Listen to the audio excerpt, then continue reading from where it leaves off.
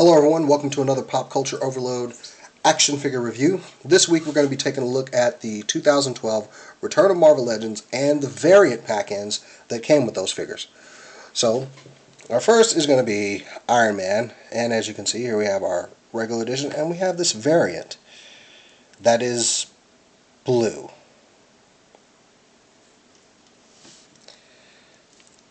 I don't know why he's blue. I know this is the Extremis armor from the Iron Man comics, but I never saw him use a stealth version of that.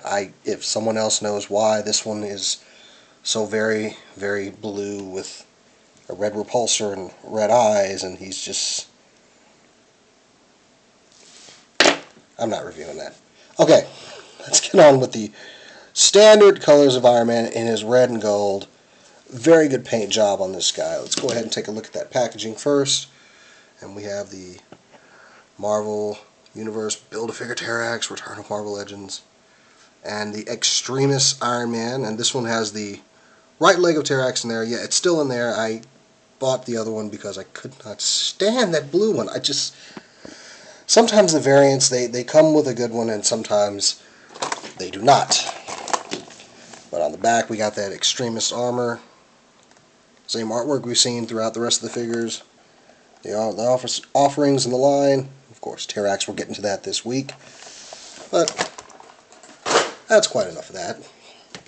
And we'll move on to this nice Extremis armor Iron Man. And I dig this figure. I like the colors. I don't know how well my camera's picking it up, but he's got a nice metallic sheen that I don't normally see. Sometimes they do it in flat plastic. Sometimes they have the metallic sheen on there. This one looks very good. The gold has a nice shine to it. And he's pretty nice. The little discs on the side, as you can see, this one is very loose. I meant to tighten it up with a little nail polish beforehand, but just getting time. So I wanted to show that little fault in there too. But these discs rotate up. Sometimes they're rotated down in the package, and they can kind of hinder the leg movement, but they're not to really blame for the hindrance of leg movement. He is a really nice figure. He just has a couple limitations that we didn't see with the other ones. Like, his ankle joint here is very hindered. You cannot get this thing. You can get it maybe that far, but he has these flaps here. They're kind of a bendable plastic, but they don't bend very well. He's got the twist, and you can get past it there, but as far as like tilting it up or tilting it back, yeah, it's a little difficult. But he does have the ball joint knees. I'm sorry, the double hinge knees. His thigh swivel is where the joints of the armor combine, and they hide it very well there. I kind of like that. As far as the legs, he doesn't have a ball joint. He just has what looks like just a hinge there, but you can't get it past this. This is as far as that leg joint will go on both legs. So what are you gonna do? No waist twist, but he does have a torso twist, and the torso will go up and down. And his head is on a really nice ball joint. You can actually get it all the way back and get a nice little flight pose out of there. So, at least they remember to do that. Sometimes these Iron Man figures, sometimes they forget that. Other times they score. These little armor bits on his shoulders, they move up and down to kind of not hinder, but let's face it, they do if you try to get it up that way. You just got to put them out, and then he kind of looks like he's about to sing for the village people there. But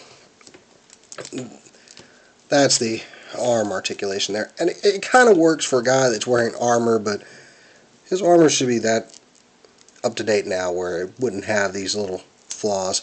Got a ball joint there, the shoulder, and you got some double hinged elbows. We got a twist and a hinge right there. One of his fists is balled up and the other is palm out, so you can kind of get a repulsor stance there. I like some of the previous offerings of Iron Man where you could actually open up both fingers or interchange the hands, something to get like a double repulsor, but There are a few limitations, but otherwise he is a really nice figure. I love the paint job on him. It should have that nice metallic sheen, and the eyes are, kind of a bluish color. But it's a really great figure. If not for a few articulation issues, he would be one of my favorites. I like the Extremis armor. With every Marvel Legends series, we're bound to get an Iron Man, but this one's okay. Someone asked could I start doing comparisons to previous Marvel Legends figures so they could get an idea what the size is. So I brought out the first Marvel, one of the first, well, it was in the first line, and still my personal favorite by old Captain America. And of course, these are made by Hasbro. These are made by Toy Biz. And you can see kind of the differences in there. But height-wise, he kind of falls right in there with Cap, if not a little slim on the armor, but would like to see him a little bit beefier, like some of these old Marvel Legends. Even they kind of wiggle a little bit. But there you have it. That is our first one of the week, looking at the Iron Man Extremis armor and the variant that came along with it. This blue one. This blue. See you next time, folks.